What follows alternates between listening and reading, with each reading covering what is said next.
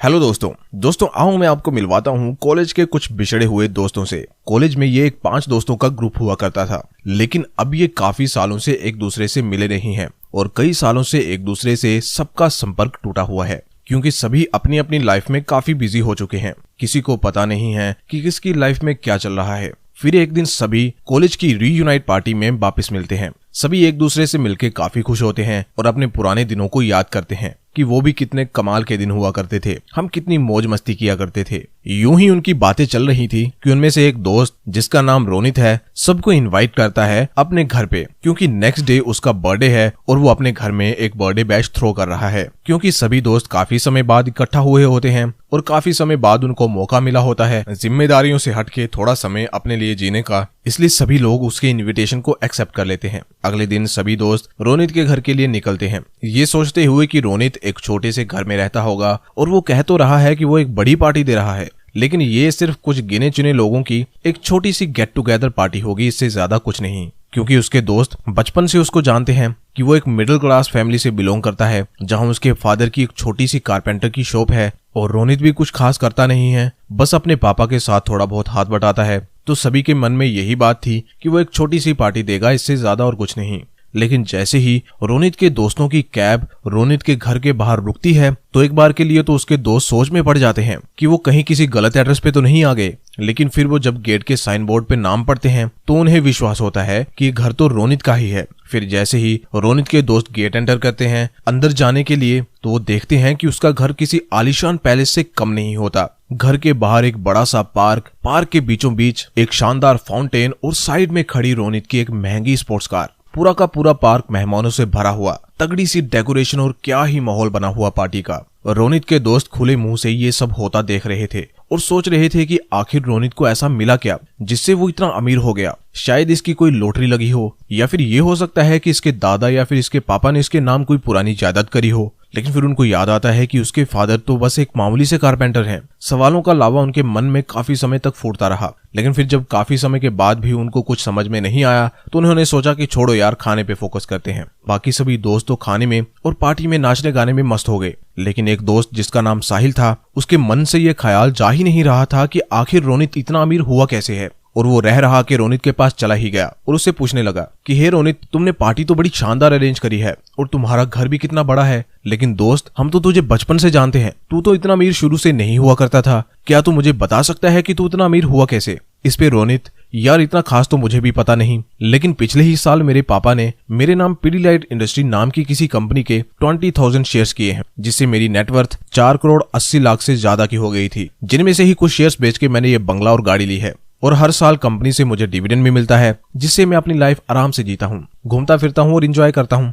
अब साहिल के मन में और सवाल उठने लगे कि उसके पापा ने पीडीलाइट के शेयर्स ही कैसे पिक किए होंगे, उनको कैसे पता चला होगा कि ये कंपनी आगे जाके अच्छे रिटर्न्स देगी। फिर यही सब सवाल साहिल रोनित से भी पूछता है, लेकिन रोनित कहता है कि मुझे इस बारे में कुछ पता नहीं है, ना ही मैंने कभी पापा से पूछा और ना ही कभी उन्होंने बताया। साहिल फिर रोनित के पापा से मिलने की रिक्वेस्ट करने लगता है रोनित से, जिससे कि रोनित मान भी लेता है और साहिल को अपने पापा से मिलवा देता है। रोनित के पापा घर की बालकनी पे खड़े होते हैं, कॉफी का मग हाथ में लिए, और पार्टी में सबको एंजॉय करता देख खुश हो रहे होते हैं।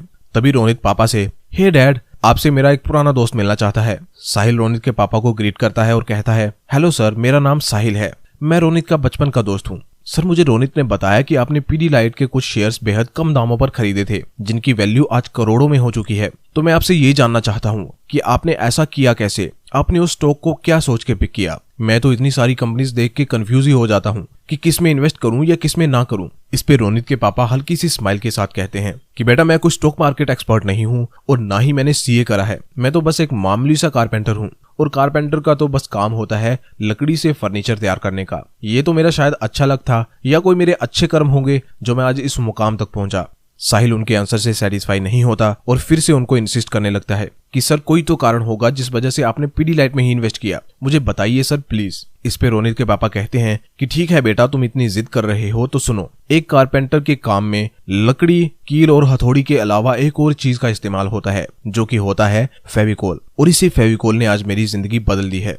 फेविकोल ने जिंदगी बदल दी? ऐसा कैसे, जरा डिटेल से समझाइए सर। साहिल रोनित के पापा से कहता है, फिर रोनित के पापा आगे कहते हैं कि बेटा स्टॉक मार्केट में मेरा इंटरेस्ट तो काफी समय से था, लेकिन ये शौक इस एक इंसिडेंट के बिना कभी असलियत में बदल ही नहीं पाता। ये बात है 2001 की, जब हमारे शहर में एक नई लाइब्रेरी ओपन हुई जो कि मेरी शॉप से बस कुछ ही दूरी पर थी। वैसे तो मैं उन दिनों में बिल्कुल भी बुक्स रीड नहीं किया करता था, ना ही मुझे शौक था किताबें पढ़ने का, लेकिन मेरा एक फ्रेंड था जो काफी शौक रखता था बुक्स रीड करने का। वो एक दिन मुझसे जिद करने लगा कि चलो उस नई लाइब्रेरी में जाते हैं। मैंने काफी मना किया, लेकिन वो माना ही नहीं। आखिरकार मुझे उसके साथ जाना ही पड़ा। वैसे तो मेरा कोई मन नहीं था किसी बुक को खरीदने का, लेकिन वहां पे एक सेक्शन बना हुआ था इन्वेस्टमेंट से रिलेटेड बुक्स का, जिसने मेरा ध्यान अपनी तरफ अट्रैक्ट किया और मेरी नजर पड़ी एक बुक पे जिसका नाम था learn to earn by Peter Lynch. मैंने वो बुक खरीद ली और उसे पढ़ने लगा। फिर बुक में मेरा इतना इंटरेस्ट बना कि मैंने पीटर लिंच की बाकी दोनों बुक्स, जिनका नाम था बीटिंग द स्ट्रीट और वन अपॉन वॉल स्ट्रीट, उनको खरीद लिया और 1 महीने में ही दोनों को पढ़ भी डाला।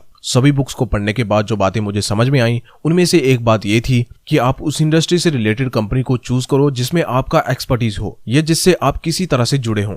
और दूसरी बात ये समझ में आई कि वो कंपनी चूज करो जिसके प्रोडक्ट्स आप यूज करते हो। तो ये सब इनसाइट्स पता चलने के बाद मैं अपना दिमाग इधर उधर दौड़ाने लगा, लेकिन काफी मुशक्कत के बाद भी मुझे कोई ऐसी कंपनी नहीं दिखी। फिर मैंने ये सोच लिया कि शायद ये बुक्स इंडिया के हिसाब से नहीं लिखी गई हैं, इसलिए इसके कंसेप्ट्स यहाँ काम नहीं करेंगे। लेकिन फिर एक दिन हमारी शॉप पे फेविकोल खत्म हो गया और मैं स्टोर में गया फेविकोल खरीदने के लिए, लेकिन स्टोर वाले भैया ने मुझे कोई और कंपनी का एडहेसिव दे दिया, जिसपे मैंने उसको काफी खरी खोटी सुनाई और उसको असली फेविकोल देने को कहा। देन मेरे दिमाग में एकदम से एक थॉट बिजली की तरह आया कि यार फेविकोल को तो मैं इतने समय से यूज कर रहा हूँ और गोंद का मतलब हमारे लिए फेविकोल ही होता है, तो क्यों ना मैं देखूं कि इसकी प्रोडक्शन कौन सी कंपनी करती है। देन मुझे पता चला पीडीलाइट इंडस्ट्री के बारे में। मैंने स्टॉक मार्केट में पता किया तो मुझे पता चला कि ये कंपनी मार्केट पे लिस्टेड है और इसके एक शेयर की कीमत 8 रुपए है। मैंने ज्यादा देर न करते हुए अपनी एफडी तोड़वाई, जिसका बेनिफिशियरी रोनित था, और एफडी से मिले पैसों से पीडीलाइट के 20,000 शेयर्स बाय कर लिए।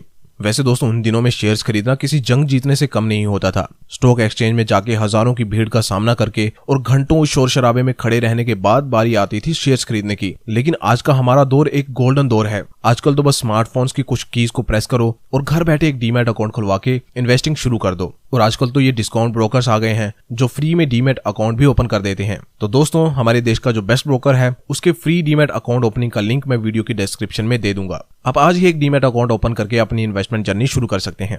तो दोस्तों ये सब सुन के साहिल की आंखों में एक चमक सी आ जाती है और साहिल मन ही मन सोचने लगता है कि अब तो मैं भी अमीर बनूंगा और कल ही स्टॉक मार्केट में एंट्री मार दूंगा। और ये सोचता हुआ साहिल बाहर की तरफ जाने लगता है, लेकिन रोनित के पापा उसकी आंखों की चमक देख के और उसके चेहरे के भाव पढ़ के समझ जाते हैं कि साहिल स्टॉक मार्केट की चमक धमक से अट्रैक्ट हो गया है। इसलिए रोनित के पापा उसे रोकते हैं और कहते हैं कि बेटा तुमने अभी स्टॉक मार्केट की बस एक ही साइड देखी है। हर सिक्के के 2 पहलू होते हैं और बिना किसी चीज के दोनों पहलुओं के बारे में जाने आप कभी भी सही डिसीजन नहीं ले सकते। रोनित के पापा फिर आगे कहते हैं कि बेटा मेरी ही तरह मेरा एक और दोस्त हुआ करता था जो स्टॉक मार्केट को लेके मुझसे भी ज्यादा इंथुसियास्ट हुआ करता था, लेकिन अनफॉर्चुनेटली वो मार्केट से इतना कुछ खास कमा नहीं पाया और आज अपने बच्चों पर डिपेंडेंट है पूरी तरह से। हम दोनों ने पीडीलाइट में इन्वेस्ट किया था सेम टाइम पे, लेकिन एक तरफ जहां मुझे इस कंपनी ने करोड़ों कमा कर दिए, वहीं मेरा दोस्त इससे खुद के लिए एक फूटी कौड़ी भी कमा नहीं पाया। ये सुन के साहिल बहुत हैरान होता है और उनसे पूछता है कि सर ऐसा क्यों?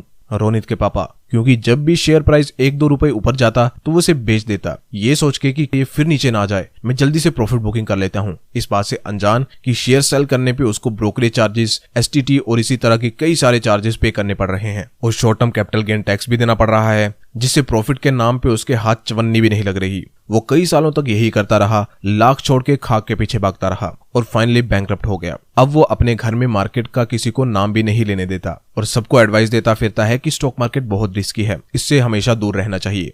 तो दोस्तों इस पूरी कहानी से जो हमें बातें सीखने को मिली हैं वो ये है कि हमें स्टॉक पिकिंग को बहुत मुश्किल नहीं बनाना चाहिए, जितना हो सके इसे सिंपल रखने की कोशिश करनी चाहिए। हमें जिस भी इंडस्ट्री के बारे में जानकारी है उसी में अच्छी कंपनीज ढूंढने की कोशिश करनी चाहिए, फिर लॉन्ग टर्म के लिए उनको होल्ड करना चाहिए ताकि पावर ऑफ कंपाउंडिंग अच्छे से वर्क कर सके। अगर आपकी इंडस्ट्री में आप अच्छी कंपनीज को नहीं ढूंढ पा रहे हो तो आप ये देखिए कि आप किन कंपनीज के products day to day basis पे यूज करते हो, कौन से ऐसे प्रोडक्ट्स हैं जो आपकी एक जरूरत बन चुके हैं, या फिर ऐसे प्रोडक्ट्स जिनका नाम आपके मुंह पे चढ़ चुका है। जैसे कि अगर मैं टूथपेस्ट बोलूं तो सबसे पहली इमेज आपके माइंड में कोलगेट की ही बनेगी और ज्यादातर ऐसा होता है कि हम जब भी शॉप पे जाते हैं तो हम टूथपेस्ट के बजाय कोलगेट ही मांगते हैं। वैसे ही और भी प्रोडक्ट्स होंगे जिनको आप डे टू डे बेसिस पे यूज करते होंगे जो कि आपकी एक नीड बन चुके हैं। सिंपली आप ऐसी कंपनीज को ढूंढ के उनमें इन्वेस्ट कर सकते हैं। वैसे एक शॉर्ट डिस्क्लेमर कि ये वीडियो कोई स्टॉक टिप प्रोवाइड नहीं करता, ना ही मैं कोई रजिस्टर्ड इन्वेस्टमेंट एडवाइजर हूँ। मेरा काम सिर्फ नॉलेज स्प्रेड करना है और स्टॉक मार्केट के कंसेप्ट्स को इजी बनाना है ताकि एक 12 साल का बच्चा भी स्टॉक मार्केट को समझ पाए। दोस्तों, आगे हमने सीखा कि दूसरों की देखा देखी में हमें स्टॉक्स को पिक नहीं करना चाहिए और स्टॉक ट्रेडिंग से भी बचना चाहिए क्योंकि इसमें सक्सेस रेट बहुत कम है। साथ ही सभी चार्जेस और टैक्सेस की जानकारी भी हमें रखनी चाहिए ताकि हमें पता हो कि हम एडिशनली क्या क्या पे कर रहे हैं and based on that calculation हमें पता चल सके कि हम अपनी पोजीशन को प्रॉफिट में काट रहे हैं या फिर लॉस में। एंड फाइनली पेशेंस रखना भी बहुत जरूरी है और ये सिर्फ स्टॉक मार्केट के लिए ही नहीं, पेशेंस हमारी ओवरऑल लाइफ सक्सेस के लिए भी बहुत इंपॉर्टेंट है। सो दैट्स इट दोस्तों, आई होप कि आज की वीडियो से आपको कुछ नया और इन्फॉर्मेटिव सीखने को मिला होगा और साथ ही आप फाइनेंशियली पिछले कल से ज्यादा फिट हुए होंगे। दोस्तों, इस पूरी दुनिया में अगर आपको किसी से बेहतर बनना चाहिए तो वो है कल वाले खुद से। इसलिए यदि आप एक रिटर्निंग व्यूअर हो और आपने अभी तक भी चैनल को सब्सक्राइब नहीं किया है तो अभी चैनल को सब्सक्राइब करिए ताकि आप पहले से बेहतर बन पाए और आगे भी बेहतर बनते ही जाएं। और अगर आप एक नए व्यूअर हो तो भी चैनल को सब्सक्राइब करिए ताकि आपकी फाइनेंशियल जर्नी आज से ही स्टार्ट हो सके। दोस्तों, हमारे इस चैनल का वन एंड ओनली पर्पस है अपने देश के नौजवानों को फाइनेंशियली एजुकेट करने का। इसलिए हमारे इस इनिशिएटिव से आज ही जुड़िए और जितना हो सके वीडियो को दूसरों के साथ शेयर करिए। Wishing you a great financial success.